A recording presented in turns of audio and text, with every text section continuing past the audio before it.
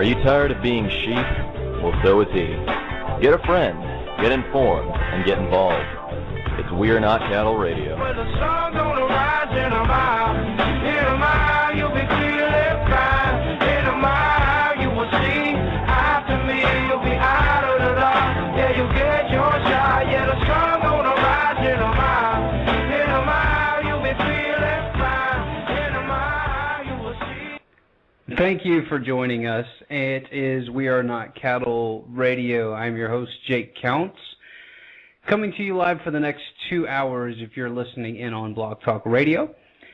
If you're listening to the rebroadcast, check me out live. You can actually call in and be a part of the show. And I run the podcast every Tuesday and Thursday from 9 until 11.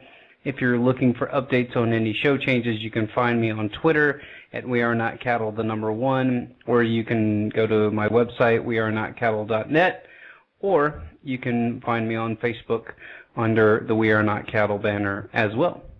So thanks for joining me. I got all my plugs out of the way at the beginning. I wanted to make sure I got that so that if you do find what I talk about intriguing, then you'll subscribe, you'll listen, and you'll share the broadcast and podcast with people that you know and like. And what I wanted to do was just basically strike up conversations. And I typically venture into topics that I know a little bit about, but more importantly, that are intriguing to me.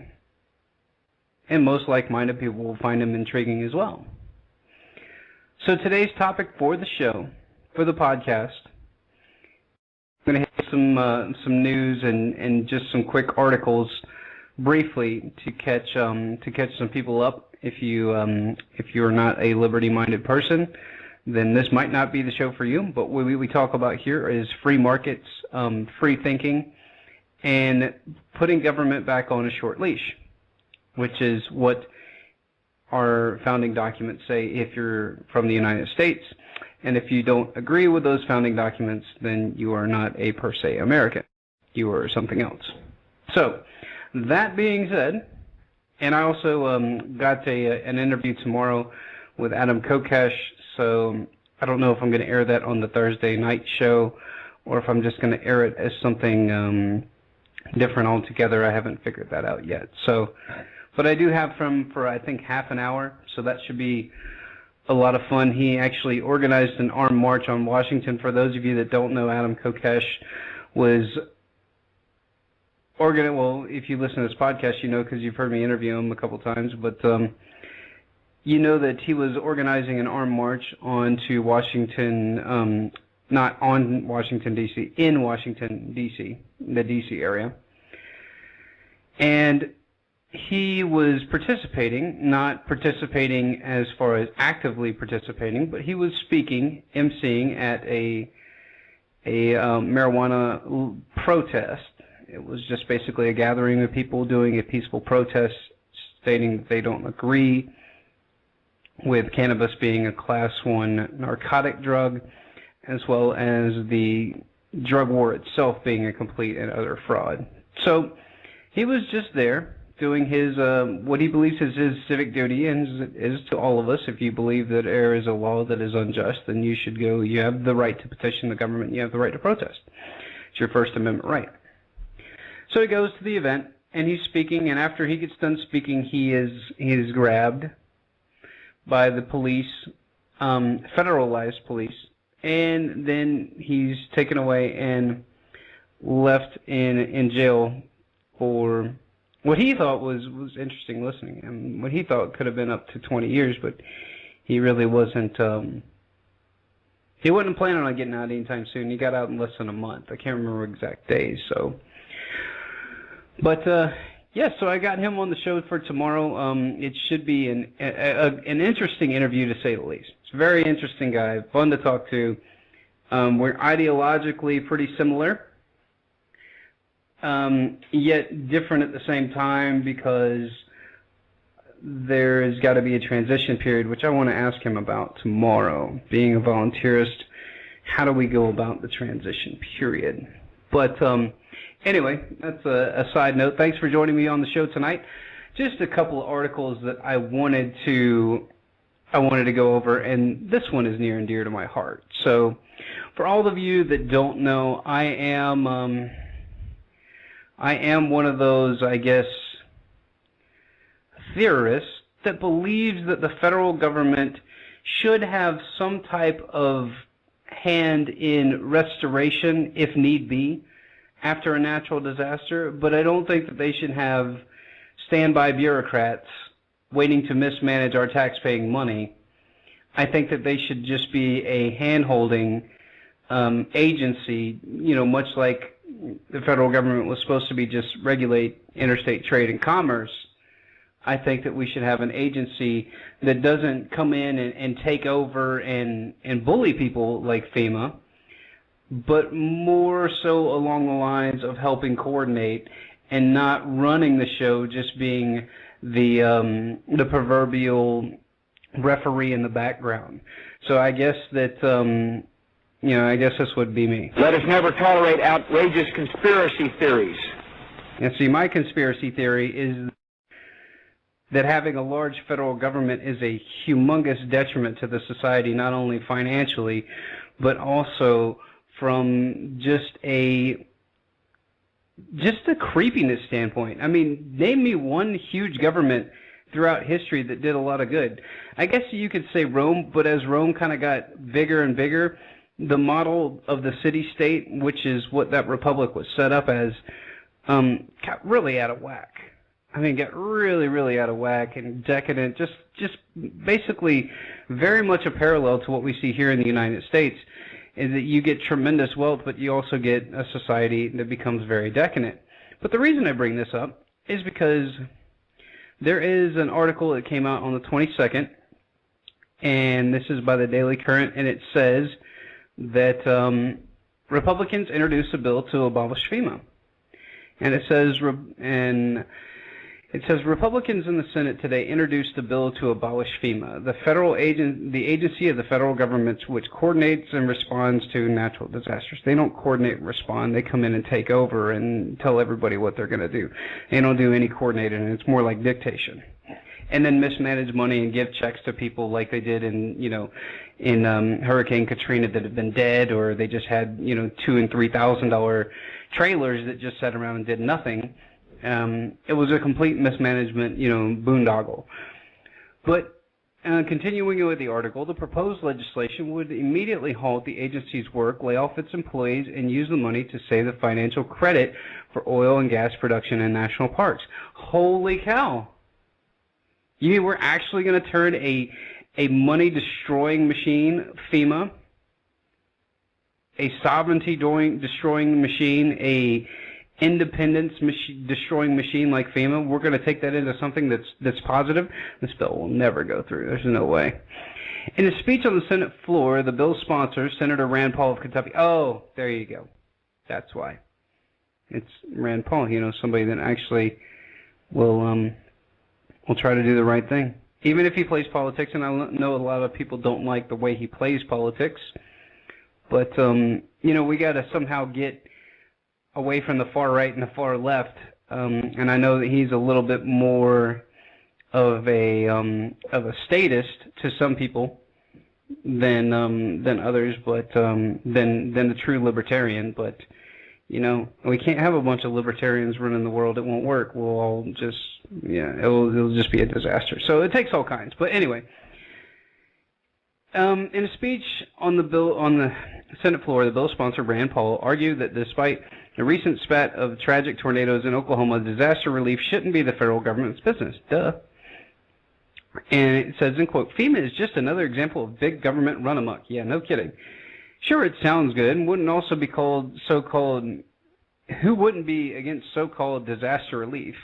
But we're paying for this program with money borrowed from China and driving our country deeper and deeper into debt. That's the real disaster. Absolutely. Once again, hitting the nail on the head. I suppose people need help in times like these, and if individual states want to step up with relief agencies, that's fine. But why should taxpayers in other states be forced to pay? Because remember, we're all a collective. Rand Paul. We're all the collective. Remember, the kids don't belong to you anymore. We have to stop thinking of the kids as our kids. We have to start thinking of them as the community kids, like they say on MSNBC, which probably has fewer listeners than my show. Anyway, Kentucky doesn't have earthquakes. Kentucky doesn't have hurricanes. Kentucky doesn't have tornadoes, I don't think. So why are we footing the bill for this stuff? Oh, how dare you, Rand Paul, come out with logic. And it says, Hurricane Paul is the title of the next line. And this is not a very long article, so I'm almost done here.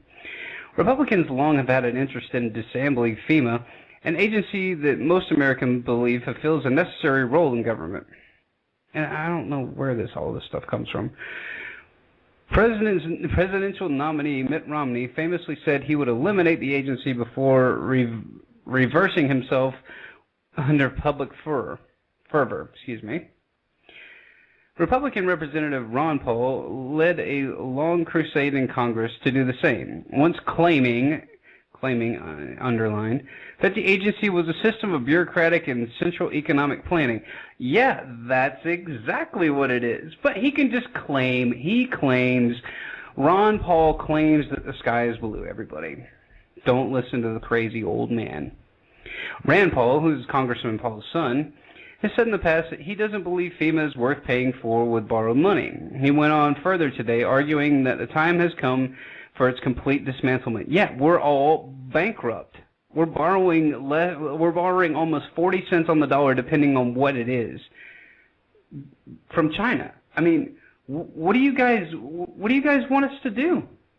I mean, we can't keep going on like this. Anyway, it used to be the churches and volunteers that handled natural disasters. Once again, a volunteerist nation would be great. We just have to kind of some way steer our ship back there, because that's exactly what that's talking about. Nowadays, we have teams of so-called experts and scientists and professional disaster relief engineers, all funded by the federal government, most of them. It's dangerous to stop spending on your friends or to stop spending on your friends and neighbors that start depending on the cold, long arm of federal government. I can't think of anything my local pastor and couple with my strong youth men couldn't handle. Can you? Although the first responders and volunteers have been enthusiastical, FEMA has largely been praised for its efforts in Oklahoma so far, with the urban search and rescue teams being credited with helping survivors. And then Rand Paul is a blanking idiot, is what Delaware Governor Jack Markle said, whose tiny state sits aside a hurricane zone. The federal government, by pooling resources and exploiting economies of scale, can do disaster relief much more efficiently than the states can alone. And I won't even go on to say what the guy says at the end of this article. So it was an op-ed piece, but it basically covers the meat and potatoes of what I wanted to talk about, and that is the conditioning and the psyche of the American public. So what's really going on here today? Well, what really goes on here in the United States of America is that you have a bunch of different issues that have been kind of swept aside, and we'll deal with that later, or when the bill comes due, we'll look at that kind of mentality. And now we're staring down the barrel of multiple scandals in the White House, which doesn't shock me because every administration over the past, let's just be honest, since I've been alive, there has not been an administration without a scandal. Now, to me personally, does the Obama administration scandal compare to the Bush scandal? No. It's different. It's much creepier. But the Bush scandal stuff was really a lot worse. Let's be honest. I mean, we got 1 million dead Iraqis over some supposed weapons of mass destruction that we never found, and then the former president, goes on to make jokes about it in speeches. Yeah, I killed over 1 million people, or we killed over 1 million people, but that's over there, so that really doesn't matter.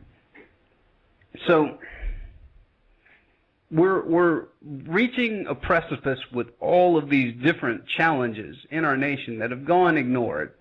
FEMA has gone ignored. Remember, FEMA was enacted under Jimmy Carter's administration. Is when he began to form FEMA, which, to the governor's credit, it does make more sense for the federal government to be in quote-unquote control. But what is the one thing that we've learned over and over in history again? And that is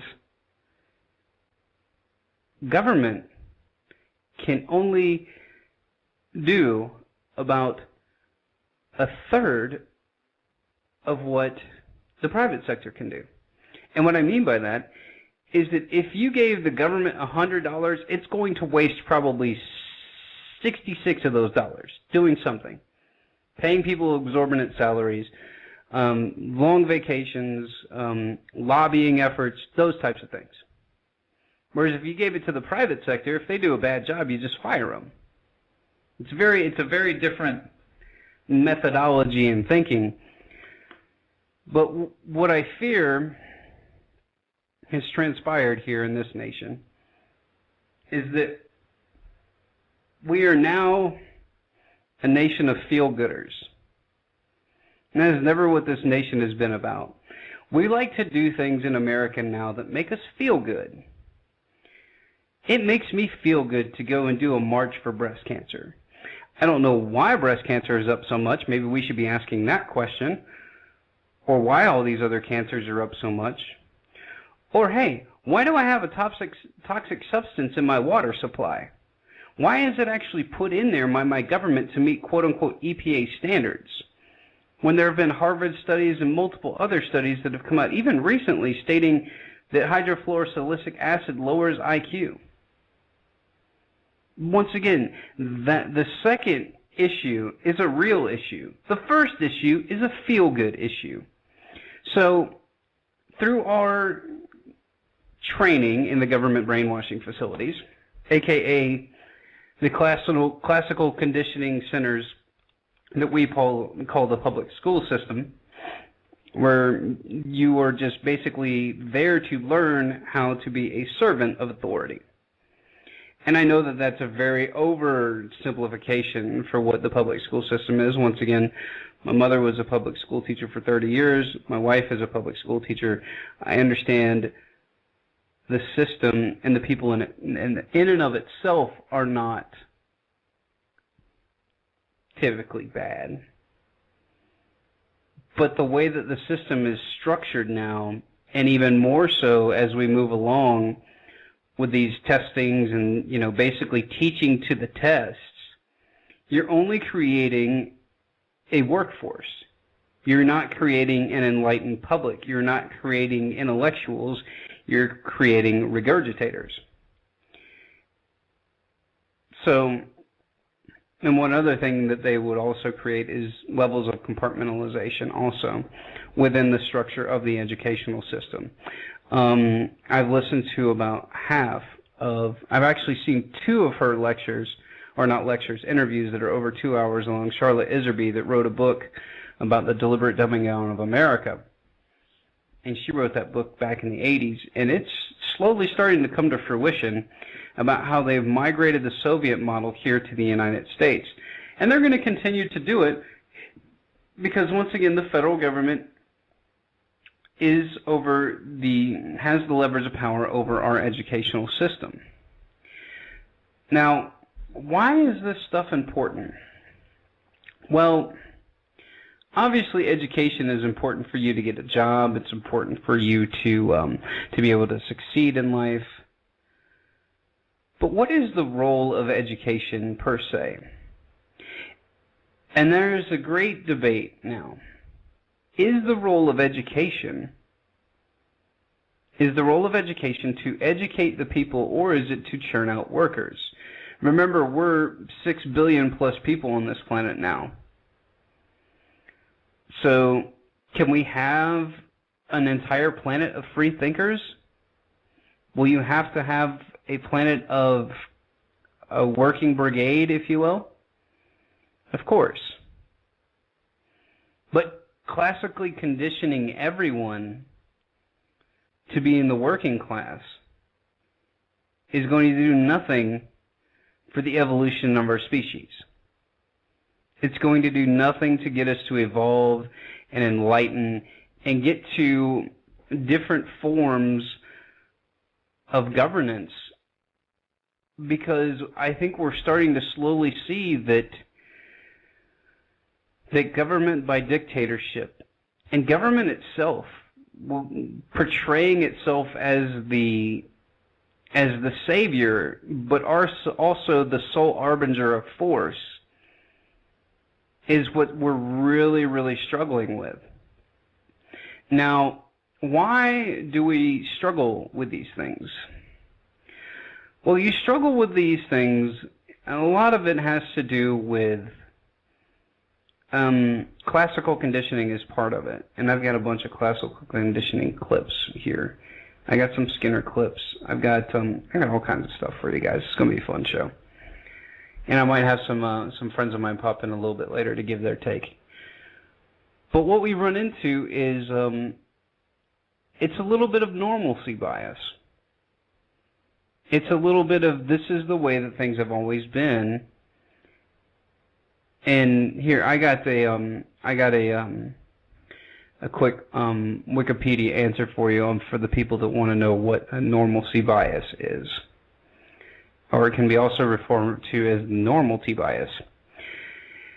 But a normalcy bias refers to a state of people entering or when facing a disaster, and causes people to underestimate both the possibility of the disaster occurring and its possible effects. It often results in situations where people fail to inadequately prepare for a disaster, and on a large scale, failure for governments to include the populace in its disaster preparedness, aka FEMA. The assumption that it is made the case of the normalcy bias is that since the disaster has never occurred, then it will never occur. It results in the inability of people to cope with a disaster once it does occur. People with a normalcy bias have difficulty reacting to some things that they have not experienced before. And people also tend to interpret warnings in the most optimistic way possible, seizing on any ambiguity to infer a less serious situation. And they give the example that Nazi genocide of millions of Jews, even though after knowing friends and family that were being taken away against their will, the Jewish community still stayed put and refused to believe that something was quote-unquote going on. Because of the extreme nature of the situation, it was understandable why the most would deny it. And the reason that the normalcy bias is the largest challenge that we face is that over the last 20 years, nothing has grown faster in America, save the coffers of the international bankers through the Federal Reserve, signing us on to billions of dollars of debt, which they know that we can never pay back. The largest, most expansive industry has been government. And so the normalcy bias will set in if I walk down the street, and I want to ask Adam about this, because he's an anarcho-capitalist. But when you tell people that you don't believe that government is relative, nor is it necessary for us to regulate our lives, that rule of law is necessary, and that we should have rule of law, obviously, but we don't necessarily need government there with black uniforms and vehicles and fully automatic machine guns and riot gear, and I mean just and in costumes like suits, telling us how much they need us. Once you see it in that perspective, once you see it in the perspective that it is all theater, it is all theater to justify the money. And when I say justify the money, if you live in America, you spend about half of your paycheck to pay for government in one way, shape, or form. Not including the purchasing taxes that you pay, not including any of that stuff. So when I say that normalcy bias is a large challenge that we face, it is probably the biggest challenge that we face. Because once again, normalcy bias, people with a normalcy bias have a difficulty reacting to something that they have not experienced before. So people have not really experienced no government. And I'm not talking about no government as being lawlessness, craziness. We've already got that now. We've already got lawless craziness going on around us now, and society hasn't crumbled. And when I say that, I'm saying that if you go down pretty much every amendment, let's go through, here, let's do it together. The First Amendment, yep, that was violated by our Department of Justice, who is supposedly the extreme law of the land, so that's out. The Second Amendment, that has been violated time and time again, and that was what Adam Kokesh was protesting, and the fact that, the Supreme Court, who is the one that interprets the Constitution, has already ruled that it is not illegal for you to open carry a shotgun or a rifle inside the District of Criminals. But yet they pass a statute in the District of Criminals making it illegal. So that's a violation of the Second Amendment right there. And we'll skip the Third Amendment, we'll just go to the Fourth Amendment. Have you flown on a plane lately? That's a violation of your Fourth Amendment. You didn't walk up and say you're a terrorist and you have a bomb. You didn't walk up and act shady. You didn't walk up and do anything.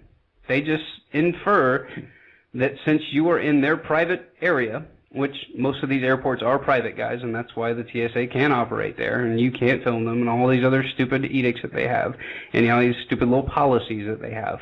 But if it's a government-sanctioned airport, then absolutely it's a violation of your Fourth Amendment.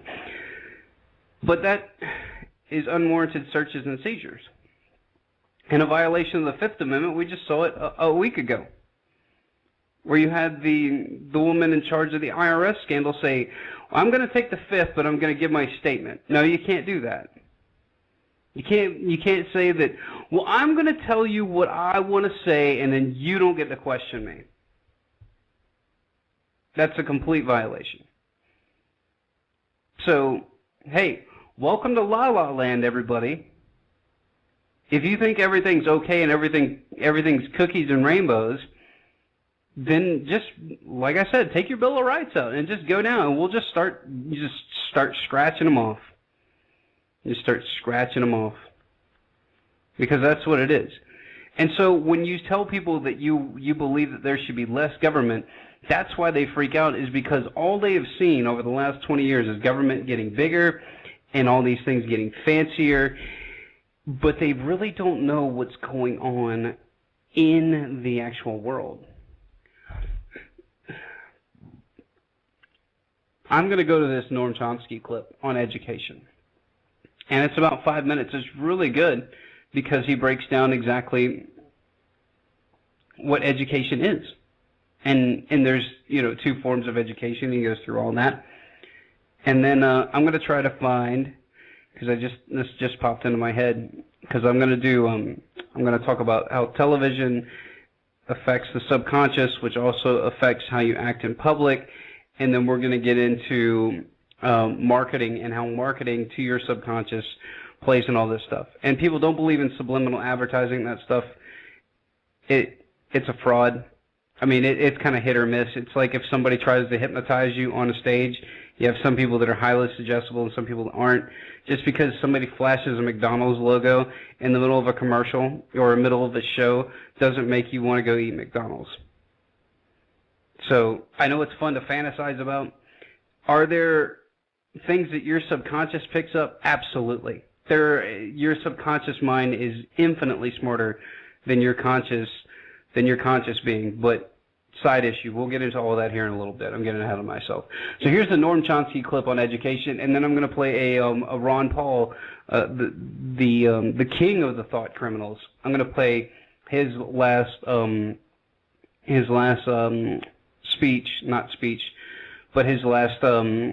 update, and talking about how we need a free market educational system.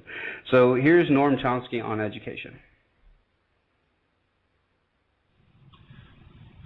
Well, we can ask ourselves what the purpose of an educational system is.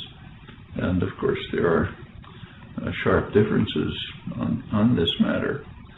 There's the traditional an interpretation that comes from the Enlightenment, which holds that the highest goal in life is to inquire and create, to search the riches of the past, try to internalize the parts of them that are significant to you, carry that quest for understanding further in your own way. Purpose of education, from that point of view, is just to help people determine how to learn on their own. It's you, the learner, who is going to achieve in the course of education, and it's really up to you what you'll master, where you'll go, how you'll use it, how you'll go on to produce something new and exciting for yourself, maybe for others. That's one concept of education. The other concept is essentially indoctrination. People have the idea that from childhood, young people have to be placed into a framework in which they'll follow orders, accept existing frameworks, not challenge, and so on. And this is often quite explicit. So, for example, after the activism of the 1960s, there was great concern across much of the educated spectrum that young people were just getting too free and independent, that the country was becoming too democratic, and so on. And in fact, there's an important study on what's called the crisis of democracy, too much democracy, arguing that claiming that there are certain institutions responsible for the indoctrination of the young, it's their phrase, and they're not doing their job properly. That's schools, universities, churches. We have to change them so that they carry out the job of indoctrination and control more effectively. That's actually coming from the liberal internationalist end of the spectrum of educated opinion. And in fact, since that time, there have been many measures taken to try to turn the educational system towards more control, more indoctrination, more vocational training, imposing a debt which traps students, young people, into a life of conformity and so on. That's the exact opposite of what I refer to as the tradition that comes out of the Enlightenment. And there's a constant struggle between those. In the colleges, in the schools, do you train for passing tests, or do you train for creative inquiry, pursuing interests that are aroused by material that's presented and you want to pursue either on your own or in cooperation with others? And this goes all the way through up to graduate school and research. Just two different ways of looking at the world. When you get to say a research institution like the one we're now in, at the graduate level, it essentially follows the Enlightenment tradition. In fact, science couldn't progress unless it was based on inculcation of the urge to challenge, to question doctrine, question authority, search for alternatives, use your imagination, act freely under your own impulses. Cooperative work with others is constant, as you can see just by walking down the halls. That's, in my view, what an educational system should be like, down to kindergarten. But there's certainly are powerful structures in the society which would prefer people to be indoctrinated, conform, not ask too many questions, be obedient, fulfill the roles that are assigned to you, and don't try to shake systems of power and authority. those are choices we have to make either as people, wherever we stand in the educational system, as students, as teachers, as people on the outside trying to help shape it in the directions in which we think it ought to go. So, that being said, you do run into the conundrum of how do we teach people. And obviously, the first method of teaching is very easy. That's the one where you just kind of, I guess that's what my awakening, quote-unquote awakening was, is that I wasn't interested in what they were teaching me in high school. And I know that sounds stupid, or that actually sounds pretty, spot on with most kids. It's like, oh, who's interested in this? Who's interested in... Well, I was interested in math and science, but I really saw, no real need for, geography and stuff like that until, later on in life I found a way to incorporate it into my worldview. And so I think that what we struggle with is getting people to assert their individuality rather than be a part of the collective. Because that is what is pushed with groupthink and working as a group.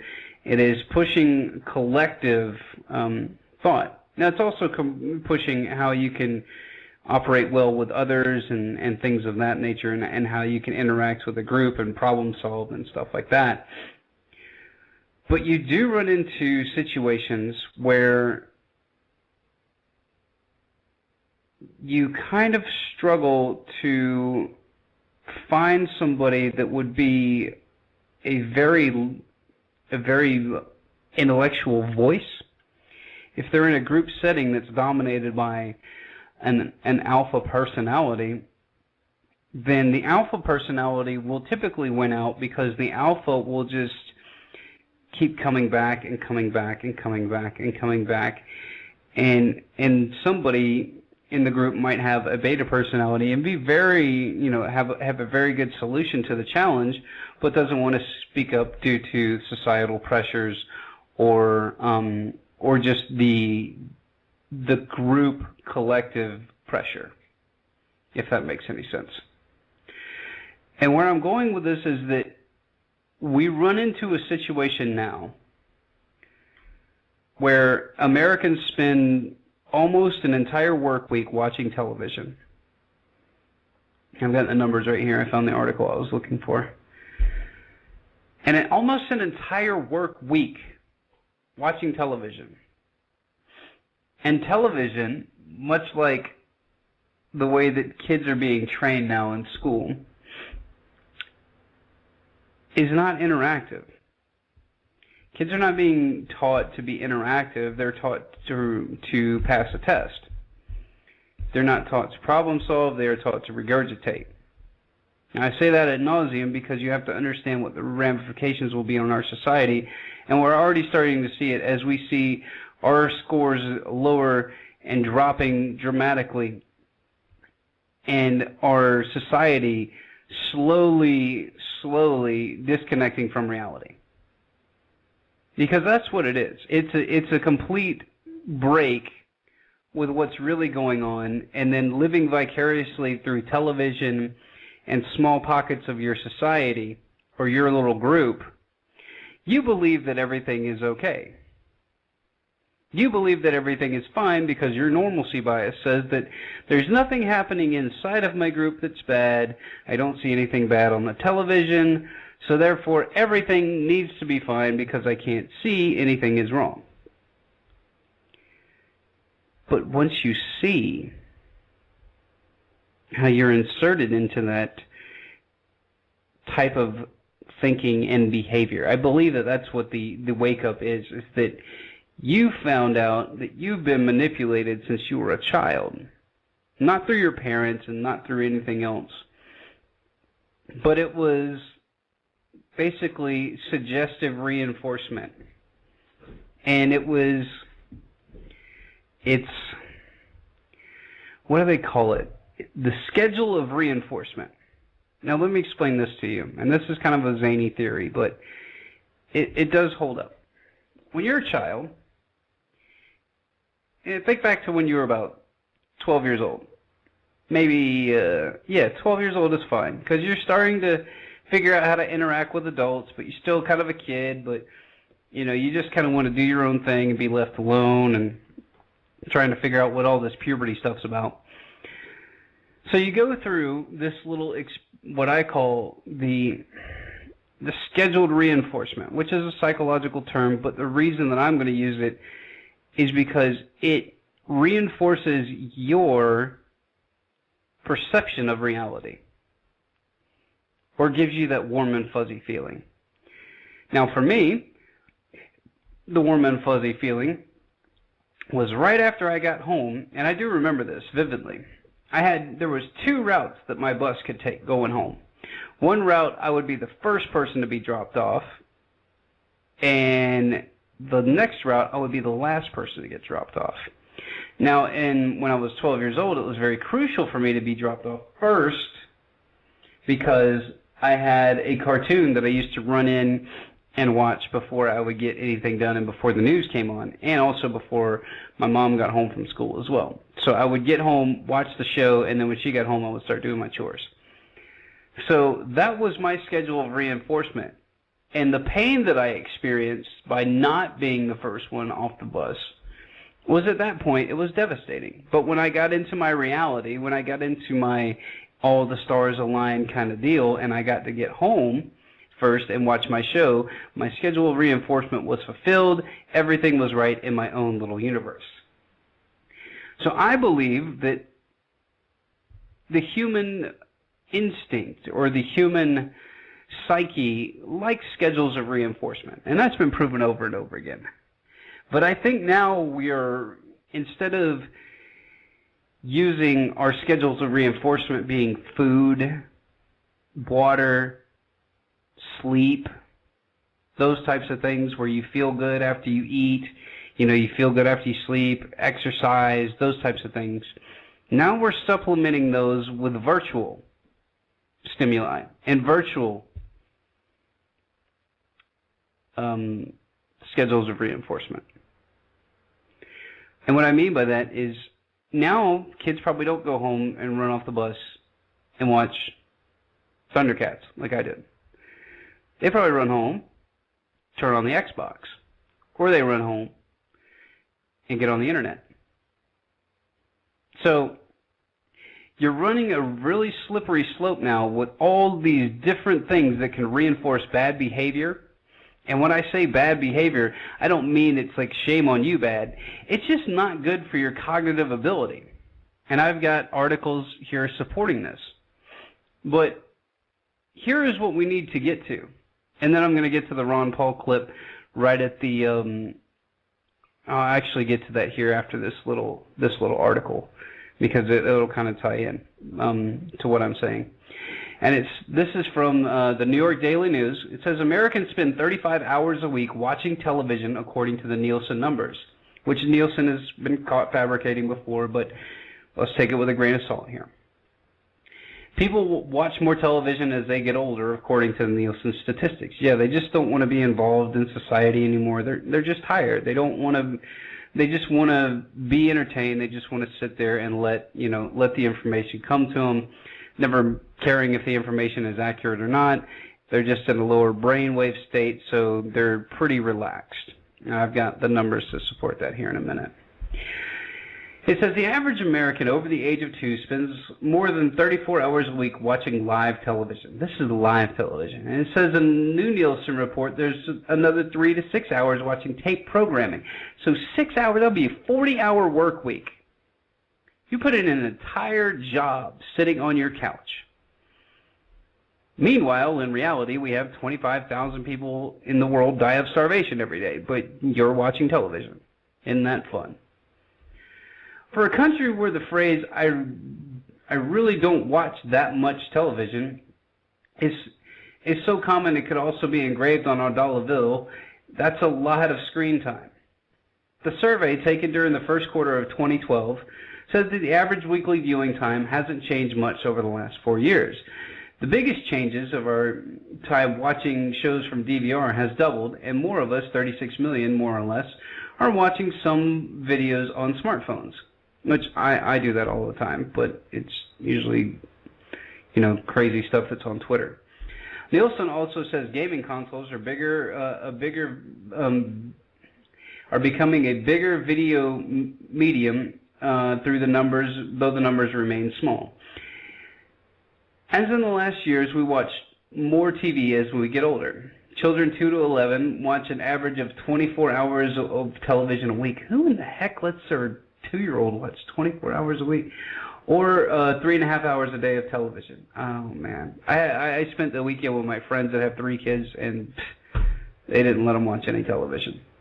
They let them play video games, but they had limitations on the video games, and, I mean, it's just how you do it. It's not rocket science. Just don't give in to your kids so much. After it rises steadily until people are over age of 45, or until people over the age of 65, 48 hours a week, or nearly 7 hours a day watching television. The latest fact proves that at least someone, Nielsen, still counts older viewers, even though the broadcast networks would rather not. Older viewers made Harry's Law the most popular scripted show on NBC last year, but the network still canceled it because it wanted to draw in younger eyeballs. Yeah, they want to get more people in there to brainwash. Meanwhile, the average person spends less than 5 hours a week trolling the internet on a computer, though the numbers rise from more than 7 hours for people from 35 to 49. So that means that you're getting a ton of screen time. And what does that mean to you? Well, I'll get to that here in a second. I do want to play this Ron Paul clip because I'm going to have a hard break in about another 10 minutes. So here's the Ron Paul clip on why we need a free market educational system. And I want to make sure I get the volume right, so bear with me. Hello, this is Ron Paul with your weekly update for Monday, May 27th. Common Core nationalizes and dumbs down public school curriculum.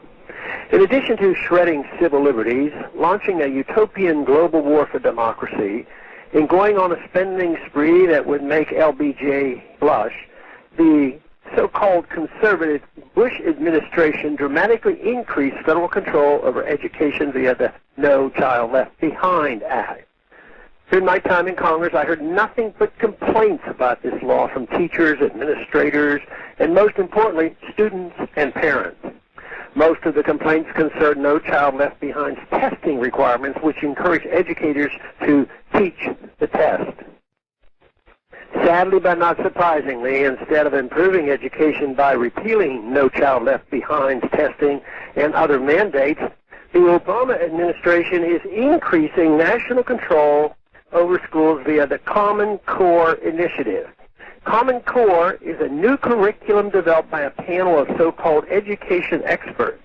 The administration is trying to turn Common Core into a national curriculum by offering states increased federal education funding if they impose Common Core's curriculum on their public schools.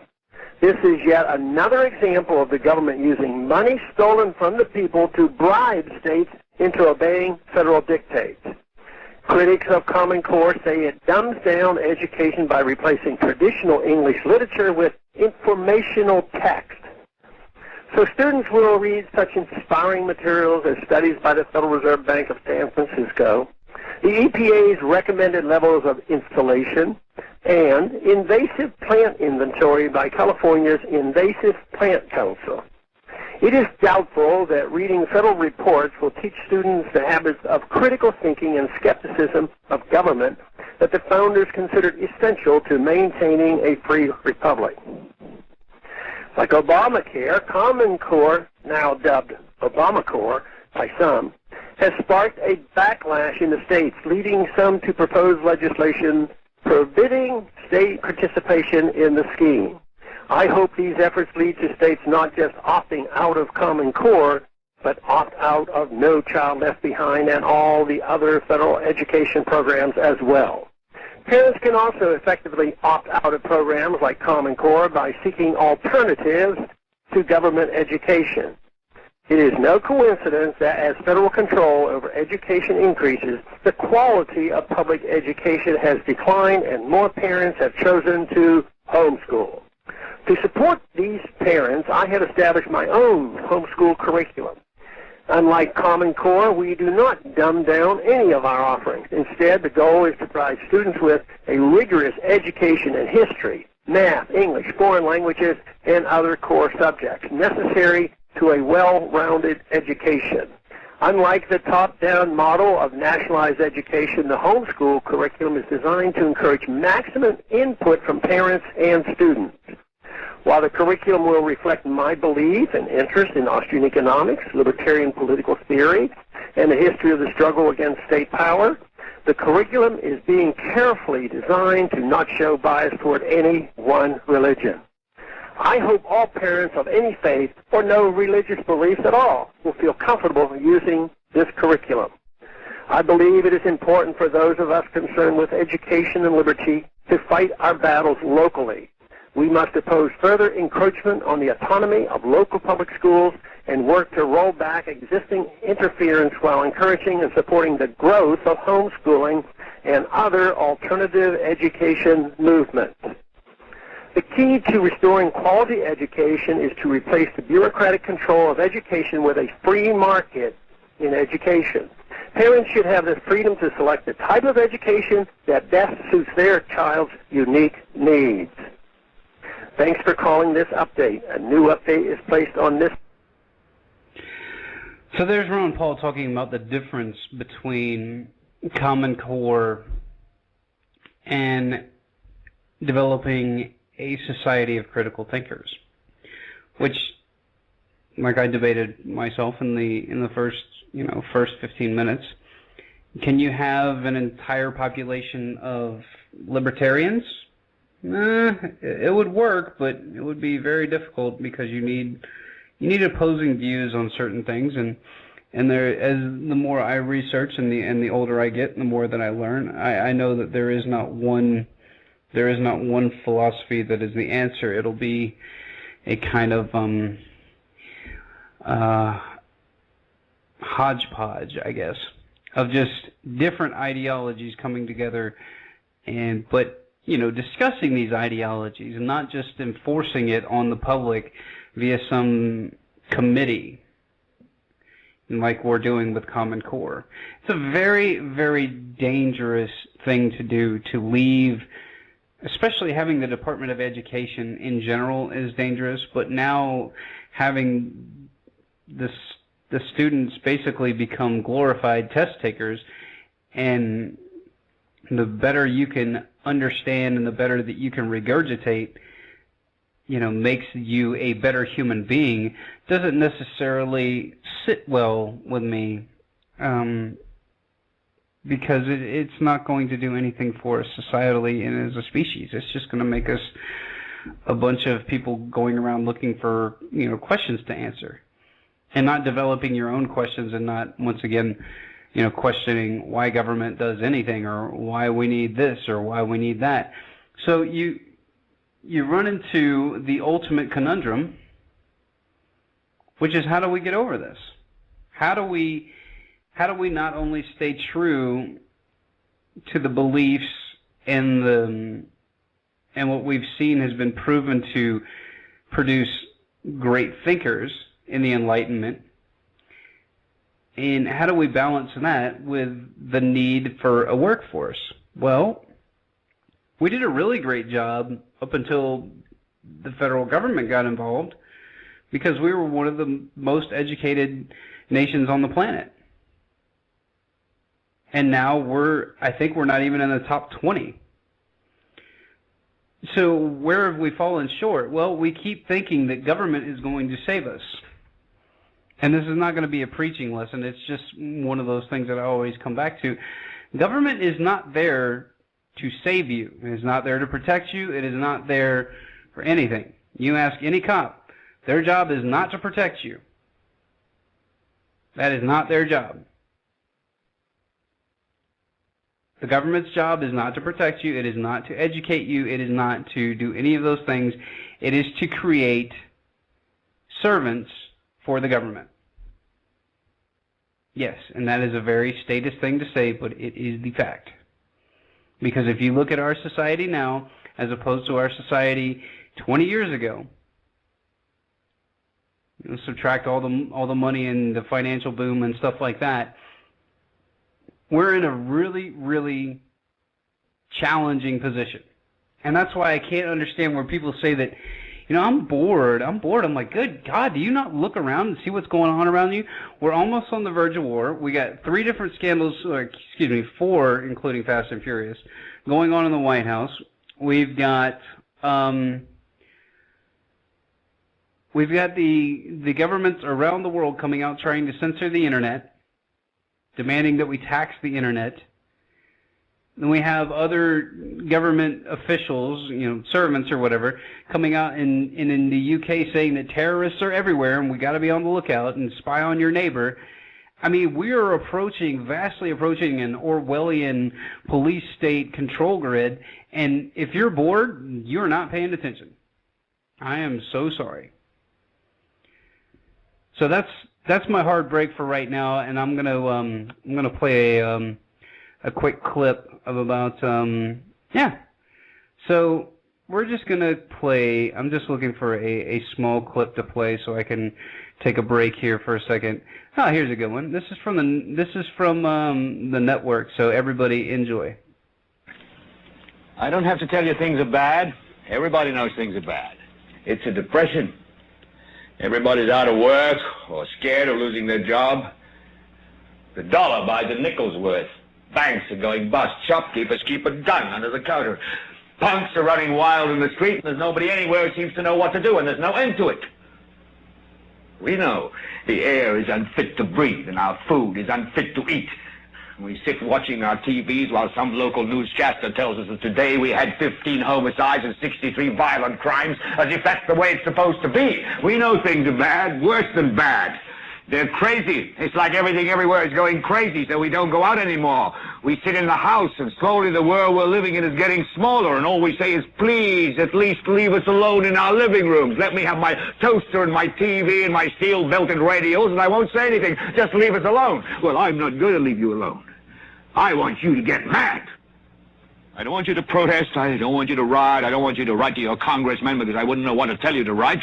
I don't know what to do about the depression and the inflation and the Russians and the crime in the street. All I know is that first, you've got to get mad. You've got to say, I'm a human being. God, my life has value. So, I want you to get up now. I want all of you to get up out of your chairs. I want you to get up right now and go to the window, open it, and stick your head out and yell, I'm as mad as hell, and I'm not going to take this anymore! All right.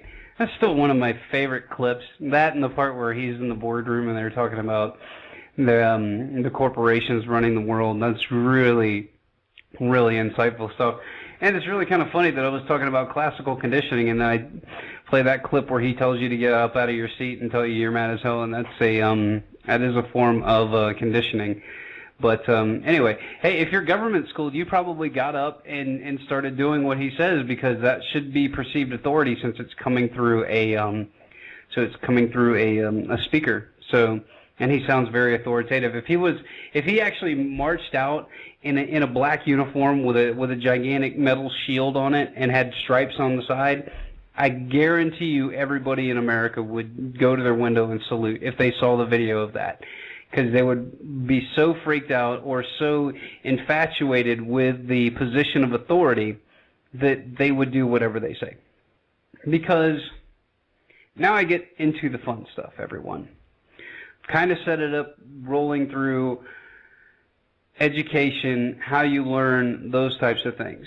And now we're going to get into the real meat and potatoes, and I've got 1 solid hour left to do it. So thanks for listening, everybody, and here is the second issue that we wanted to cover.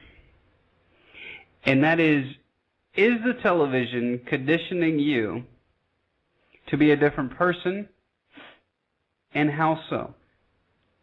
Well, let me give you a little background about myself. I've said this before, but if you're new to the show, thanks for listening. Spread the word about the broadcast. Follow me on Twitter, We Are Not Cattle, the number 1. Look me up on Facebook, We Are Not Cattle, or you can find the website, wearenotcattle.net. I've done a very poor job of updating that since I've gotten the new template, but by the end of this week, we should be rocking and rolling with all the new interviews I've done, all the videos that I've cut, all the podcasts, all of those things. You should be able to have those up here by the end of the week. So, now that I've gotten that housekeeping stuff taken care of, my issue began when I was in college. Now, first went to college, went to Shorter College in Georgia. And this is just the abbreviated life story of me. I went over there to play golf. Was a pretty decent golfer in high school, was a pretty decent collegiate golfer, but didn't really know what I wanted to do, but I knew I didn't want to go to a small school in the Georgia mountains that was a predominantly Southern Baptist university. Nothing against Southern Baptist people, everybody there was great, it just didn't fit my personality. So I had an opportunity to move, and since I was big into golf, I had an opportunity to move to South Carolina, over about 15 minutes away from Myrtle Beach, to a place called Coastal Carolina University, which has what's called a PGM program where you study to be a professional, a golf professional instructor. So I was going through the program, and through the program you could have 2 separate types of majors that you could get. You could get a marketing major, or you could get a management major. Well, I thought marketing was kind of cool. It dealt with colors and stuff like that. So I was like, all right, that sounds like a little fun thing to do. So let me go and try that out. So I started getting into marketing, and I found out, unlike what I experienced in high school, I found that I really, really liked it. Because I thought it was interesting that you could show people things and get them to either feel, desire, or disdain something by not even giving them any physical. You could just show them a visual, and that would create a feeling. It would create an impulse. And that to me was fascinating. So as I started going through college, and I started learning more and more about marketing, I started taking, Marketing 101 and just reading the dark prints of the word, and then finding out how advertising is done and how it's sold, and the reason that things are positioned where they are in grocery stores, and the reason lighting is the way it is, and the reason music is the way it is. I need to jot those down so I can come back to those. I'm just going to do grocery store analogy. Sorry, guys. So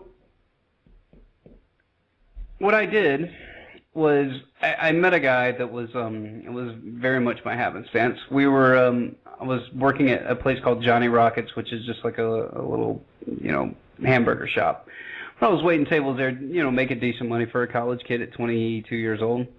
I met a buddy of mine that was running the snow cone machine, and so we had a trade that if I would get him some chili cheese fries, he would get me a free snow cone. So we did that a couple times, and we started chatting, and then we started ended up hanging out, and he ended up being in a lot of my classes. Ended up being one of my best friends in college. So when we would go through marketing classes together, we were the marketing nerds that you guys probably couldn't stand. We would try to find every little sign and every little manipulation and what it meant and what they were trying to do and why they choose that color, why they choose this font, all of those things. So I became infatuated with it, absolutely infatuated. I was the worst person to watch television with. I still am probably one of the most annoying people to watch television with if you want me to go through the absolute manipulation that is going on every time you see a commercial. So we just had fun. We would just sit there and watch the commercials and say, here's their target audience, here's what they're trying to do, here's the product they're trying to push, this is why they chose white in the background, this is why they have an interracial couple, this is why they have a couple with 2 kids rather than a couple with 3 kids. And it was very, very entertaining. That being said, I lost a lot of that when I got out of school. I didn't hang out with my friend as much anymore. Wasn't really fun seeing all these things by yourself. You didn't have anybody to converse with and talk to and brainstorm about. Which is kind of funny because he and I both came up with the idea for Audible, which is the online audio bookstore. But we were going to do it, being the slackers that we were going to do it with Cliff Notes, and then just have it to where you could download it online and then burn it to a CD so you could listen to the Cliff Notes on your way to take the test. So once again, trying to figure out a way to scam the system and get ourselves out of work, by meanwhile, maximizing the time we spent at the bars and what have you. So I got older, I got out of that stuff. And then once I was had the paradigm shift into looking into propaganda and what I was seeing from not only my news organizations, the quote-unquote news organizations, which are all owned by 6 super large conglomerates. Once I started seeing that, and I started seeing that coupled with products that they were pitching, and seeing that coupled with medical ads, when I started looking at the medical side of things in Western medicine, it really started to kind of click. And that is, the more that people watch television, the more that they formulate opinions, and this is through no fault of your own, by the way. If you're a victim of this, then I'm here to unlock the conditioning. They're more apt to regurgitate what they've seen on the magic box as facts. And they get a lot of practice at it. We all get a lot of practice at it. You see something that happens on the quote-unquote news, even if it's your local news. And then you go and ask your friend, hey, did you see that news report? Yes, I did. That's crazy, isn't it? Yes, it was. What do you think? I think that guy's nuts. Never even occurring to the person that the way that the article or the way that the actual report could be set up and phrased and presented could imply the fact that this person was guilty, not guilty, so on. They would, in essence, feed you the information in a manipulated way, to get you to believe and to think and to feel the desired outcome. Now, I know that's a big, long banter about watching television, but think about this. Think about how well the media industrial complex did on selling the Americans on the war with Iraq. That's just an easy one. Think about that. Whether you believe in the Iraqi war was good or not, you have to admit you cannot sit here and look at me with a straight face and say that there was no manipulation going on, that there was no manipulation in the mass media going on, that it was talking points regurgitated over a period of time that became a societal norm, and then a meme, and then the meme got generated and spread out through a web of lies all over the United States. And then it becomes, now, once you have the meme that is out there, remember the "you didn't build that" meme, which the Republican Party ran with and said that, oh, look at that, what a communist statement it is. It was not a communist statement. Do I agree with Obama's politics? Absolutely not. Do I believe that central government is the way to go? Absolutely not. But I defended him on my show because what he was trying to say was just the old traditional speeches that there's no such thing as a free lunch. And when I say that, I mean that if I give you a sandwich, I didn't build that sandwich, technically. Somebody had to bake the bread. Somebody had to cut the bread. Probably a machine that did both, but follow the bouncing ball of logic here. So I get the bread, not made by me. And then I need some mustard on that too. I want mustard on my sandwich. So I get mustard from, I don't know. I don't even want to say a company because then they'll want, royalties or whatever. So let's say that I just get the Publix brand mustard. See, there I went. I already gave a brand, whatever. Generic mustard. I didn't build it. I didn't make it. Somebody else made that for me. The meat, the cheese, everything's the same. And then it all comes together. Did I make the sandwich? Theoretically, yes. Technically, no. And that's what he was trying to get at. And then the Republicans went bonkers on it. So that's how things get spun. And with the age of information and with the age of the 5-second attention span, remember on the last podcast I said that I actually heard Alex Jones say it, and I thought it was the greatest thing I've ever heard in my life, that the new American flag should be Dory from the Disney movie, which Finding Nemo. Gosh, I couldn't remember it again. That was ridiculous. Maybe I should be Dory. Who knows? But you should just have Dory as a picture, because Americans will really forget things that happened 10 minutes ago. And it's because you're being absolutely, it's partially due to the fluoride, and it's partially due to the education and just the way that your brain is set up to function through 12 years of K through 12 plus 4 years of college. And even in Chomsky's interview that I played an excerpt of earlier, he talks about how, once you get to college, it's pretty much, a free thinking world. Here's your books, I'm not going to teach to the test. You just go and learn this stuff by yourself. So we now live in an age where the majority of the stuff that learn, what have you, is more than likely, or what you feel, is more than likely been conditioned into your psyche through no fault of your own. Once again, through no fault of your own. Colors have a way to project feelings, and I know that sounds very cheesy and hippy-dippy bullshit, but it's true. So, who did a piece on this? Was this the Washington? The Washington Post did a piece on this, and this is one of the very first things that you learn in marketing, and that is, and there's a reason for everything. There's a reason that corporations choose certain colors. There's a reason they choose certain fonts. So I'm just going to read this article and read some of the undertones of it. And it makes for, and I'll share this on the website, guys, so you can go into the show notes for podcast number, I believe this is number 5, and you'll be able to hyperlink to this so you can read it yourself. And it says, sight for your eyes, what do colors mean? You know that your favorite color looks, you've even thought of how it makes you feel? Colors actually affect your emotions. For example, it is generally accepted that red makes people agitated or even not fully aware of it.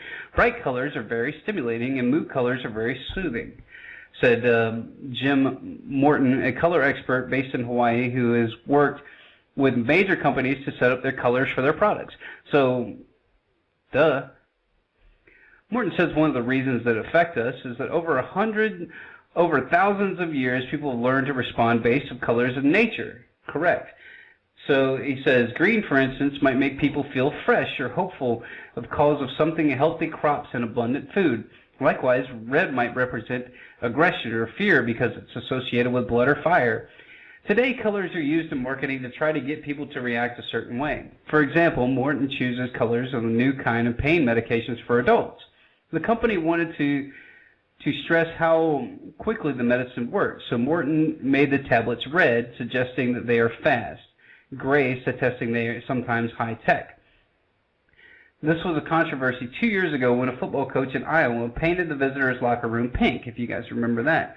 Pink is supposed to be a calming color, which might make the visiting team a little less aggressive on the field. He probably did that to make them feel like they were females also, but they won't come out and say that. Some people don't believe in these reactions, but there are studies that support them. Most show that the Olympics who wore red uniforms in their competitions slightly more often won their competitions slightly more often than those who wore other colors.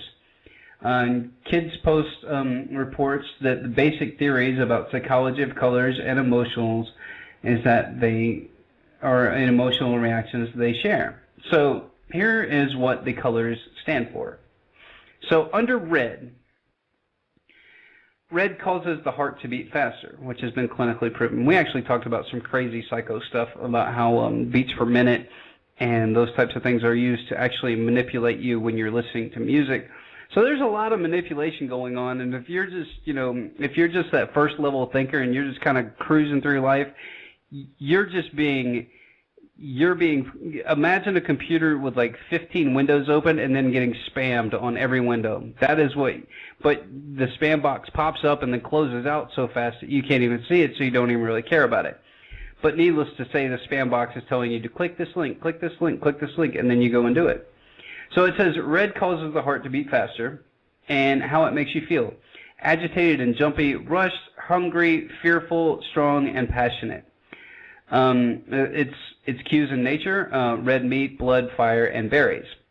How red is used. To show energy, strength, and speed. Examples, race, red cars, fire engine, and it's also one of the most visible things in the spectrum, by the way. I don't think they mentioned that. Red is often used on the walls of fast food restaurants because it makes you hungry, and it also makes you eat more quickly. That is correct also. Gee, I wonder why McDonald's is red and then yellow. Here, let's jump to yellow. Yellow, the most visible color of the spectrum, and your eyes notice it first. Remember on the last podcast or the podcast before, I talked about how if you go into a convenience store, not only are the little stickers that show everything on sale going to be either yellow or red because they're the first two colors that are noticed in the spectrum, but 9 times out of 10, the candy bars are going to be in a yellow wrapper because yellow is the brightest color in the spectrum and is the one your eyes gravitate to first. I bet you never look at the ceiling tiles when you go in a convenience store, but that's the first thing I look at to find out how clean it is. Next time you go in a convenience store, think about the last time you actually looked at the ceiling. It'll actually shock you. And it says, okay, so back to yellow. It is the most visible color in the spectrum, and eyes notice it first. Once again, why all candy bars, the majority of them at least, or the top sellers, except for Snickers, which is in brown, but whatever. How it makes you feel. Cheerful, hopeful, excited, and focused. Once again, gee, I wonder why they want you to be in yellow wrappers so that you can just focus on it. Cues in nature. The sun, fruits, vegetables, flowers, and autumn leaves. How yellow is used. To get attention on emergency vehicles, road signs, taxis. Keeps you alert and concentrating. It is a popular color for writing paper. It can be overwhelming to the eye if used, and it is used little in fashion, because it's a little bit abrasive. Like, people don't like, I mean, you got to be a really, anyway, you got to be a really good-looking person to pull off some yellow, because it's just such an outlandish color. So let's move on to blue now. Blue recedes, so objects appear further away. This will be fun. I'm going to tell you guys all about the blue colors. How it will make you feel. Content, clean, tranquil, spiritual, trusting, and depressed. It's really weird. It goes trusting and then depressed. Cues in nature. Few nature references. Oh, okay. The main ones: sky, ocean, land, berries, and fish. Also mold and I think there's a typo here. Bruises. What blue is used, how blue is used. It is the most commonly used to paint and color bedrooms, also police uniforms, not anymore, we got black ones for those. Blue suits suggest loyalty. That is also the most common color of suit in the accepted corporate world, is a blue tie with a blue suit, a navy blue suit with a red tie. That's just one of the things that, here are some other colors. Pink is happy, fun, comforting, sweet, childlike, and feminine. Yeah, duh. Gee, let's see what the black uniforms symbolize. Powerful, strong, magical, and ominous. Yeah, that's pretty much why they want them to be in that. So, there's a couple of other ones. Orange, stimulating, energizing, warm, and tasty. Orange is another one they like to use for any kind of point-of-purchase marketing because it draws your eye really, really well, and it makes you pay attention. So those are just some of the colors that and some of their applications. Now, I said I was going to get into blue. Now, blue is an interesting one. Most people look at blue and they say that, oh, that symbolizes, like it says, it's clean, it's tranquil, it's content. Did you know that one of the reasons that Coke outsells Pepsi by such a wide margin is not due to the fact that it tastes a lot different, because it really doesn't.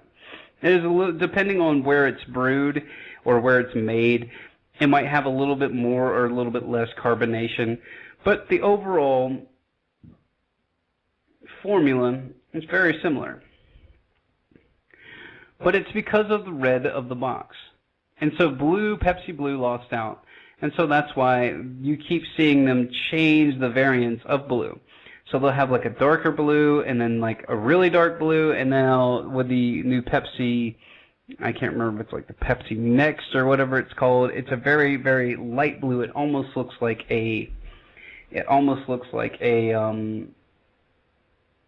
what's the best word for it? It almost looks like a Fresca. So they're trying to be very, once again, very clean and tranquil and light, displaying how light it is and how it could be almost as healthy for you as water, and that's what your subconscious will think, because it will see blue and it'll think subconsciously that this might be very tranquil and it'll be like drinking water. So let's get into the grocery store analogy. There are billions of dollars spent, and I know this is going to come to just basic for most of you, but this is just basic marketing, and I just want you to be aware of what's going on throughout your day-to-day activity so that you can become aware of the manipulation, and then you can do what I do. You can accept the manipulation if you want, but at least know that you're being manipulated, or you can try to fight it, which is kind of fun too, because then you really start asking yourself, what am I doing? Why am I doing this? Why am I buying this? I don't know. So when you go into the grocery store, they have what are called, we'll start as we enter the grocery store. Most of the times, you're going to enter the grocery store into an area that is going to be right near the produce area, because they don't want you to walk into an area that is going to be just boxes and boxes and boxes. That's why the freezer aisle is always away from the door, because most people are going to go there towards the end because it's going to be the last thing they want. And they want you to take the path of walking through the door and going up and down the aisle, up and down the aisle. Okay? So you very first start out, there will always be, before you even go in there, what do you have? Oh, you have the manipulation/sales section, which is typically products that the store has deemed that they're trying to remove or they have an excess of. And I have a best friend that has been in the grocery business who now runs a very successful grocery store. He's been in the business since he was 16. I was in the business for a little while, but I've talked to him about all this stuff when I got out of college, and he's like, oh yeah, we learn about that all the time. And so I'm going to let some of the secrets out of the bag here, but all you got to do is take a night marketing class and you'll know all this stuff. So you walk in and you get the specials. And the specials are, once again, products that they're trying to push that are either a very, very high market value for the grocery store selling it, which means that they make a bigger profit on it, or they're just getting them at a discount from the distributor, and they're going to keep the same markup rate, maybe even a little bit more, and then pass the quote-unquote savings onto you, which there's never any real savings. It's all manipulation. So now you walk through the grocery store, you walk through the vegetable aisle, and then you get to your, depending on how it's set up, but most of them are set up very similar, you're going to get to your meat section. You go through the meat section, and then you start working your way down the cereal aisle, coffee aisle, so on and so forth. But meanwhile, in the background, you may not notice it, but it is true that you have music playing in your grocery store. Now, if you haven't noticed, the music is not going to be like the music in a club, much like what we said in the last podcast. Music is definitely there to manipulate you. in the grocery store, you will always wonder why they play very kind of slow, yet not so slow, but poppy, depressing music. And the reason is that if they set the tempo around 80 beats per minute, which is a little bit less than, the average tap of your foot, that your body subconsciously will start to walk at that pace. Which, what does that do? Well, that gives the grocery store, gives you more time in the store, more time to buy things, more time to browse things. But also, it gives the people that are paying for that advertising space, the distributors, the actual inventors of the products, it gives them time for you to get in front of their said products. And it gives you more time in front of their said products.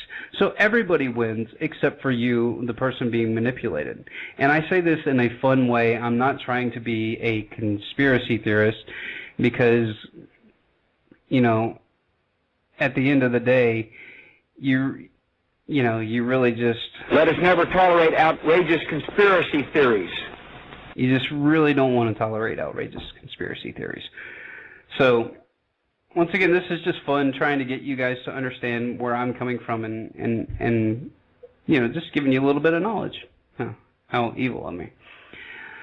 So, moving on. Now that you understand why the grocery store is set up a certain way and why the music is playing a certain way, let's move on to what actually happens as you go down the aisle.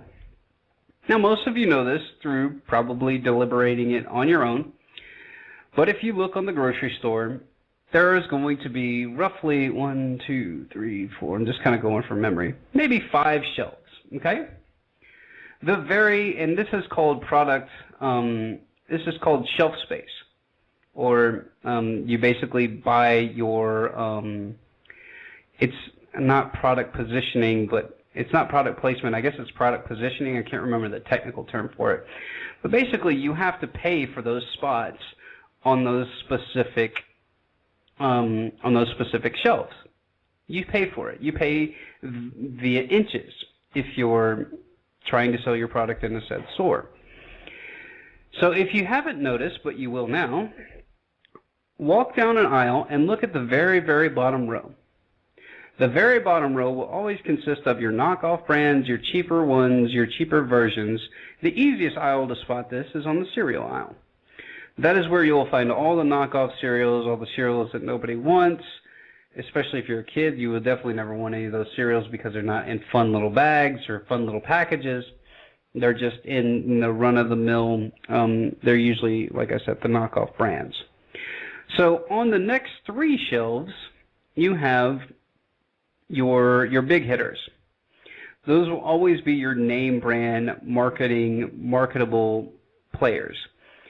If you're walking down the cereal aisle, that's going to be your General Mills, your Kellogg's, those types of people. And then at the very top of your shelf space, you will have the typically higher dollar, higher value, higher desired products. Once again, going down the grocery store, going through the cereal aisle, you will see the granola, the non-GMO cereals, the all-natural, quote-unquote, all-natural cereals, those types of things. The higher dollar amount, the people that are actually concerned with not really getting what's trendy, but getting what's going to be better for them, or it's going to be of higher quality. So that is step number 2 on how they get you. Number 1, they get you with the music being playing, and the way the stores are set up is typically a gauntlet. If you want a couple of different things, like if you want bread, you got to go to aisle number 2.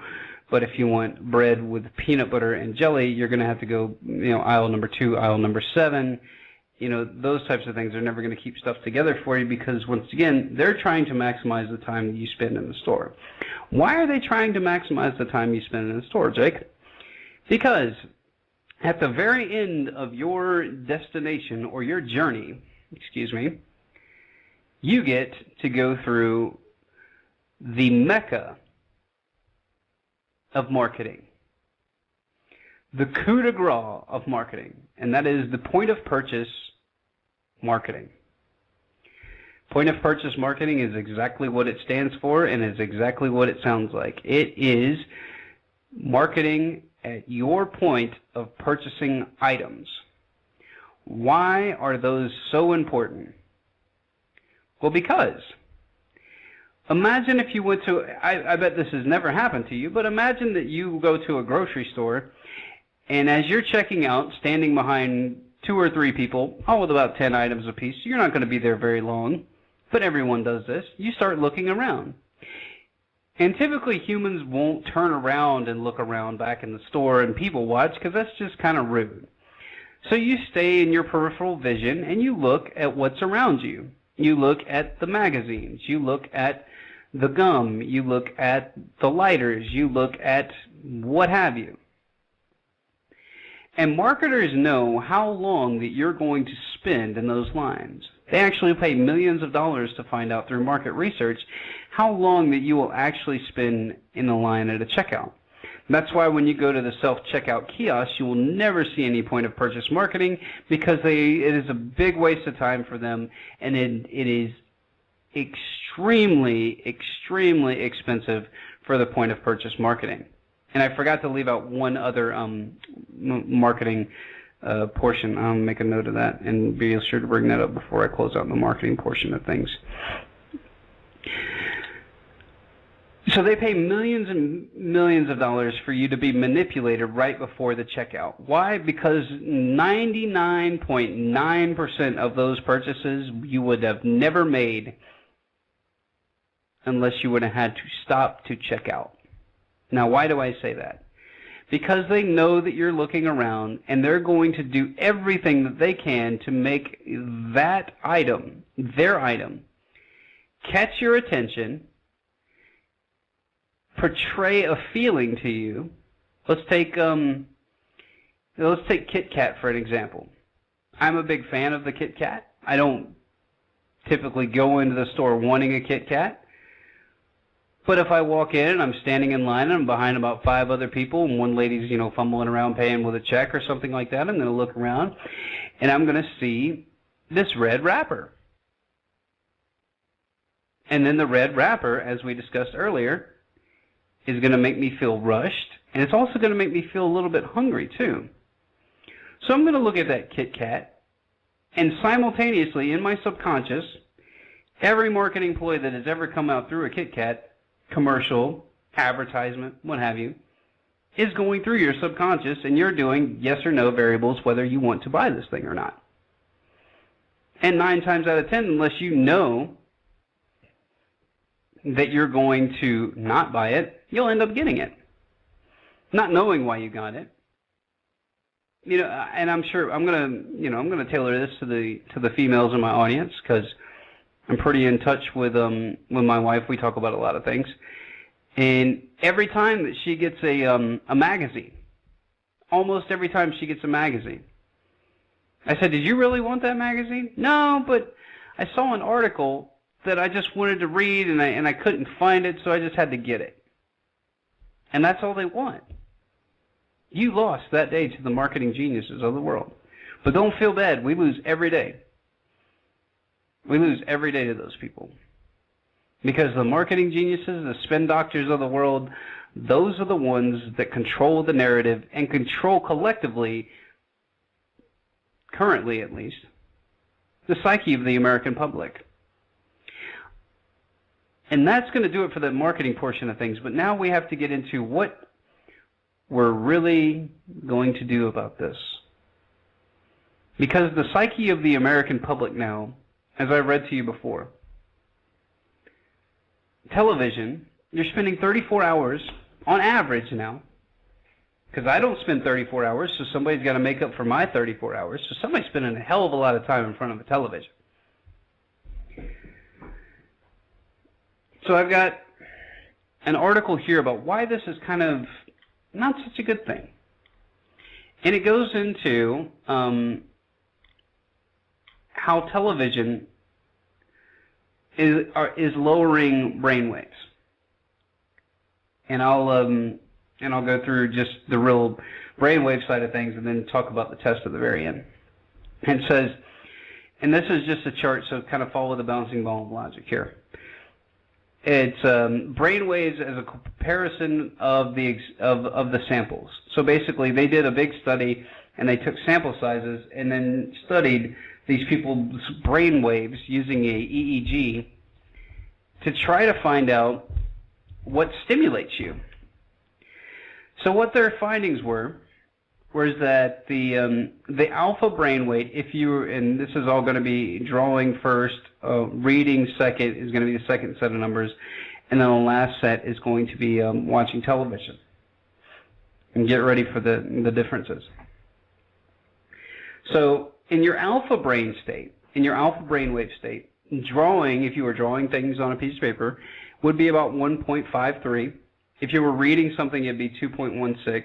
And if you're watching TV, it'd be about 1.43. And that's not really a dramatic difference. And that brainwave type is usually associated with relaxation. And then you have the low beta, which drawing was 1.43, reading is 1.3, and then television is 1.24. And the low beta is the normal waking subconscious, or the normal waking conscious, excuse me. So that's your conscious mind. So obviously your conscious mind isn't going to deviate that much because you're going to be somewhat paying attention. But here is where it gets really interesting. Beta waves. When you're drawing, your beta waves are 2.67. If you're reading, because you're not creating, your beta waves are 0.85, and you're watching television is 0.98. And then high beta is the same thing. It's 4.61, 4.5 for reading, and then television is 2.41. As you can see, everything's lower in television because television is, once again, not interactive. It's just, you're just processing first layer information. And then the last one is your gamma. Now listen to this. And gamma is associated with perception, consciousness, and higher mental activity. High mental activity, okay? It's your synapses firing all back and forth. So 1.68, or excuse me, 1.18 for drawing. So obviously you're using a lot of perception and consciousness when you're trying to draw something. Reading, not so much. 0.23. But here's the kicker. Your gamma waves, brain waves, when watching television are 0.06. Very, very interesting. So what does this all mean? Gamma brain waves are very important, and this is what the study says. Gamma waves are fast, high-frequency, rhythmic brain responses that have been shown to spike with higher cognitive process are engaged. Research in adults and animals showed that lower gamma power might hinder the brain's ability to effectively package information into coherent images, thoughts, and memories. Remember, your brain on gamma waves, 0.06 as opposed to 1.18 drawing and 0.23 reading. So roughly a fourth of what your brain should be doing if you are reading. Now here's the kicker. And it's the effect on child brain development. Children ages 8 to 14 spend over 4 hours per day on average watching TV or videos. Younger children, infants up to age 6, on an average of 1 hour of TV daily. So assuming 1 hour per day of children aged 2 to 8, by the age of 14, that works out to a total of 10,950 hours, or 1.25 years, 24 hours a day in front of a television. This is creepy. We know that a person uses his or her brain during childhood. It's a huge effect on how their brain develops, and scientists call it neuroplasticity. neuroplasticity, excuse me. During TV watching, viewers' gamma brainwaves almost disappear.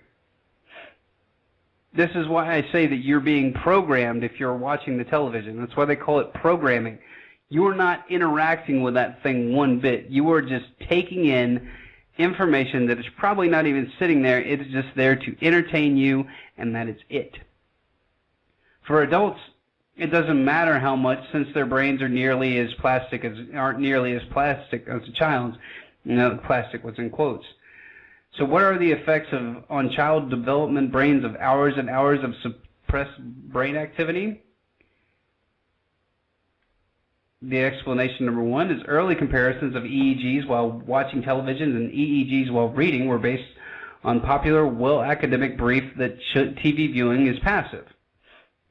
Based on William James' conceptual of dual attention systems, voluntary and involuntary, Krugman of 1971 posed that reading involves a series of successive efforts to attend and demand voluntary attention, so your actual brain has to pay attention throughout this. TV viewing involves little or no voluntary effort. Once again, you are just there, and it is just bombarding you with visuals accompanied with sound, which your brain finds entertaining. Using the EEG measurement of the occipital area, and that's the area which, you know, receives all the visual information, Krugman found that the proponent of slower brain waves, alpha, delta, and theta frequencies, whereas the corresponding characteristic respond for the EEG during the reading involved little slow wave activity, considerable high frequency or beta activity. He interpreted these findings as support the idea that the two medias are processed differently, consistent with James's idea of the two attentional systems. So it also appears, as suggested initially by the earlier studies of the involvement or eye movement, that the response to print generally may come to be understood as active and composed primarily of fast brain waves, whereas the response to television might be understood as passive and composed to primarily the slow brain waves.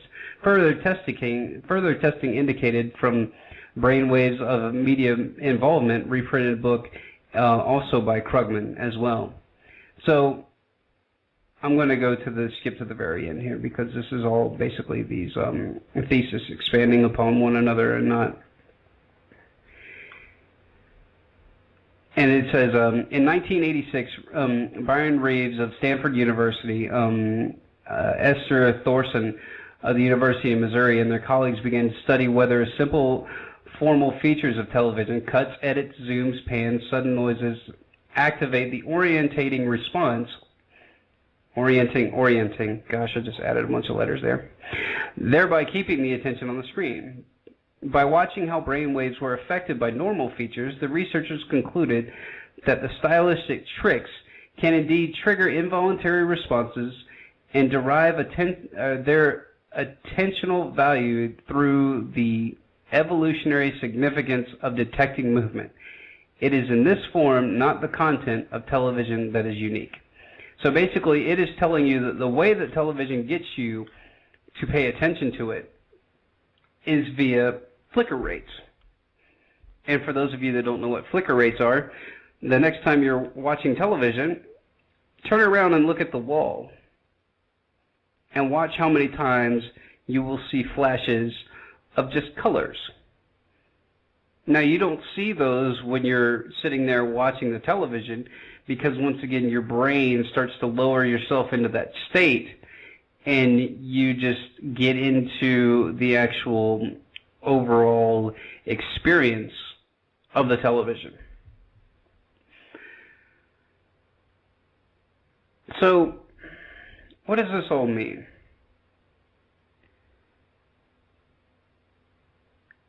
If you're lowering somebody's brain waves, and people are doing this up to 40 hours a week, you're probably not operating on the same level cognitively as somebody that doesn't watch a lot of television, that draws a lot, or is obviously reading, or something of that nature. So that creates a void. But what it also does, it opens the door to mind control. So, let us never tolerate outrageous conspiracy theories. is mind control real? Absolutely, it's real.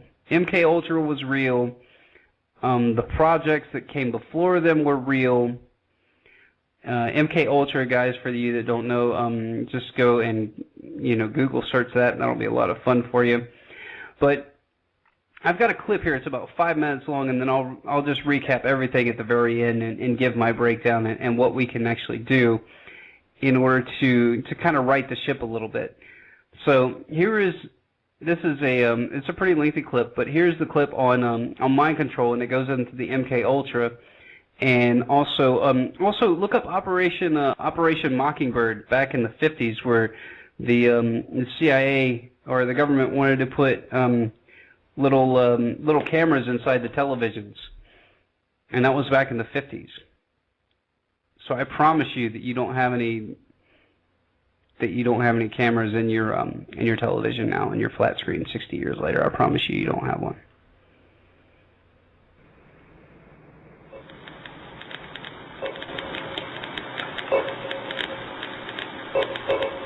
Mind sciences, or the study of human behavior in relation to the mind, is the newest of all the arts. It's less than 100 years old. And it is by far the one that is most cloaked in secrecy. The origins of psychological warfare were in Nazi Germany, and in the Nazi ideology they had something that was called Weltanschauungskrieg, which means worldview warfare. The idea for them was imposing the Nazi worldview on the countries that they had occupied. The Americans picked up this idea, created an American version of it, and called that psychological warfare. In trying to understand psychological warfare and in trying to understand the American approach to the post-war efforts to control people's minds, both as individuals and on a mass scale, there's a lot of illusions about how that was done. Were Nazis involved in that process? Yes, they were.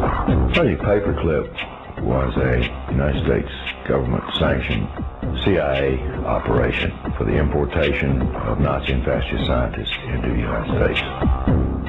Their statement was simply this: if we don't bring these people into this country and contain them, then our enemies, the Soviet Union, will get them. The first wave was to bring these scientists. There were 700-odd propulsion scientists, and then there were some 600 and some odd mind sciences people that they brought in. The CIA was given the responsibility of actually placing the individuals that had a Project Paperclip into the military-industrial complex, including our colleges and universities. Mind control was a psychological warfare weapon that Adolf Hitler regarded as the answer for taking over the entire planet. The name for the mind control research in this country was MK Ultra. MK Ultra was one program of a series of programs that came out of the CIA to experiment with different types of mind control, using drugs, using electroshock, using insulin shock, and other techniques. I think that the goal for those people who planned the program was very straightforward. It was an attempt to figure out a way to interrogate people and to learn how to protect their own agents against control by others. If you put someone in a position of being disabled by not feeding them or not allowing them to sleep or overwhelming them with sound, if you use massive shock treatment and you give people massive doses of drugs such as PCP or mescaline or amphetamines or LSD, and if you put them in periods of darkness where they can't predict from one minute to another what is going to happen next, so they're always dreading, there's no consistency to sort of what's going to happen, anybody can be put in a position of being open to brainwashing. Ewan Cameron was probably the foremost psychiatrist of his time in the 1950s. He was using high-tech sound techniques. He was using multiple kinds of loop recorders to force people to listen to recorded messages 24 hours a day for weeks on end, just to basically destroy people's thinking patterns. He injected the lysergic acid into the vein, and he patted me on the shoulder and said, "Now there, lassie, we'll see you later." And I started to feel very frightened, and the fright became a terror. And I sort of began throwing myself from one side of the room to the other. I didn't know what to do to stop this feeling. It felt like my bones were melting, that I just didn't know who I was anymore. This is not just break-ins of people's homes. It's not just invasions of privacy by illegal wiretapping. This is an invasion of a person's mind. And that is about as profound an injury, except for loss of life, that the government can impose. This was a post-Nazi program, if you will. It was an Americanization. I've often made the statement, and I still make it flippantly. The Nazis didn't lose the war. They just had to move. Now it's 50 years later. Now they're much more clever, much more sophisticated. They have a lot more money to spend. His motor coordination was disrupted because of the compound's effect. Although his vision was not impaired, he found it difficult to focus his attention on the next objective. His physical actions were noticeably slower. He felt compelled to disobey his instructions. Did Sergeant Pitchers give you any instructions about what you were supposed to do tomorrow? Tomorrow? What is today, Thursday? Today's Thursday. Today's Thursday. Well... Wars are not won on the battlefield. They're won in the minds of the people. Yeah, so it was a pretty good breakdown. And at the very end, where you hear that guy talking in the background, that is actually, I've seen most of those videos from the MK Ultra experience, at least the ones that were released, where they were that, and I've seen the ones where they do, they give people psychotropics, not psychotropics, but hallucinogens, in order to try to induce a mind control state. And that's what that guy was doing, because he had just gotten an order from the authority figure, and he was like, "Hey, tomorrow you're going to do this." And the guy's like, "Okay, all right, I'm going to do that tomorrow." And so the guy's like, "Hey, so what did Dr. So-and-so tell you to do tomorrow?" And he's like, cannot remember. So the big takeaway, everyone, is that in order for our society to progress, we cannot be a group of bystanders. And currently we have a large majority of our group, of our collective, if you will.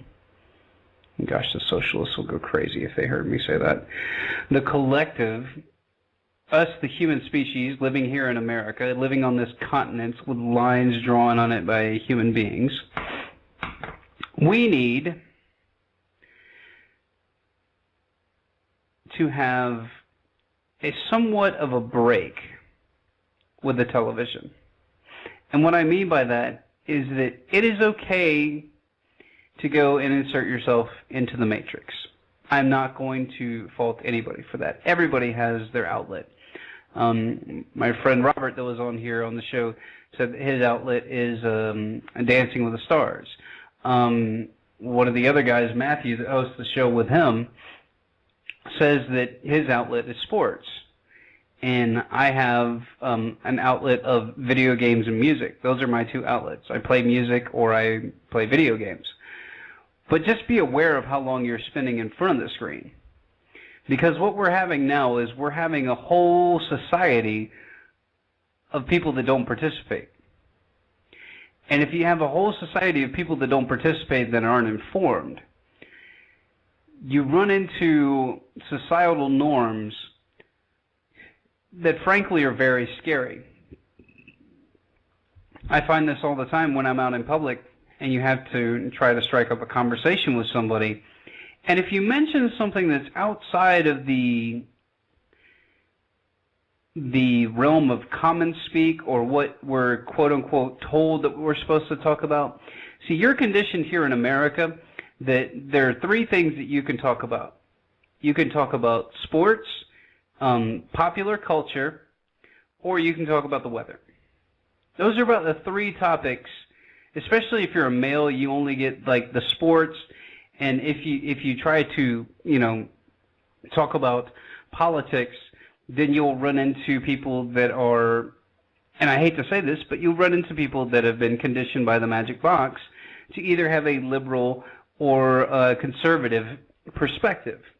It's not that necessarily they agree with that perspective. It's not that they've read works of the real liberals, the Thomas Jeffersons, the people like that, the true liberals.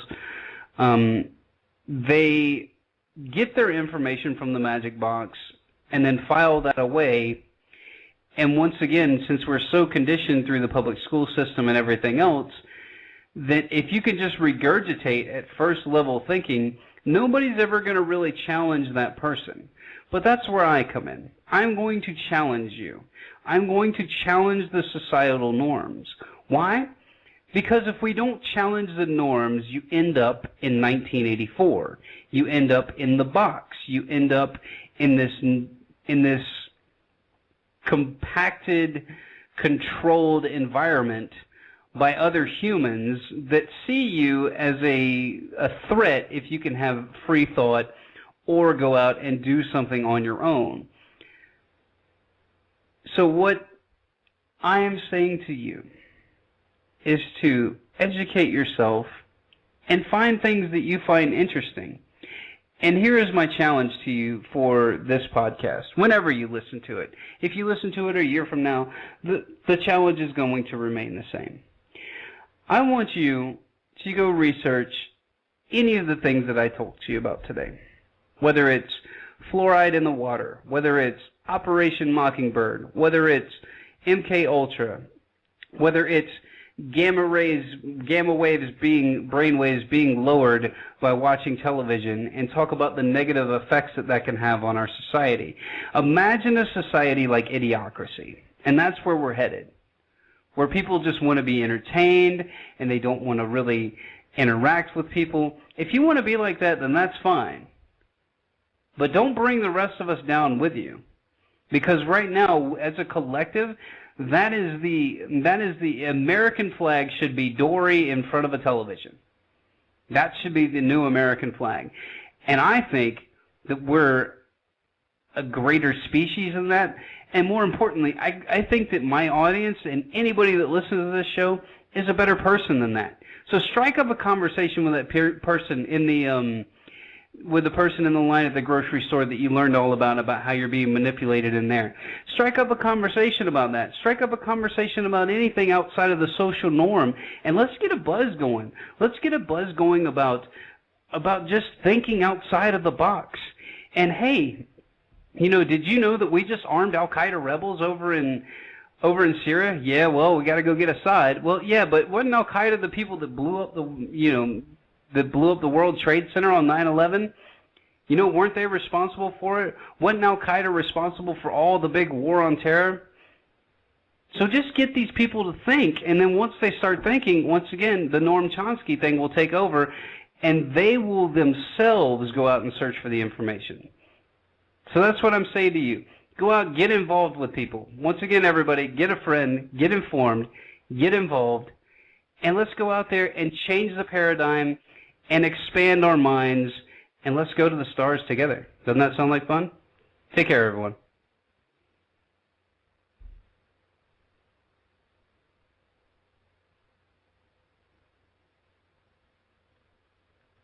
In your heart.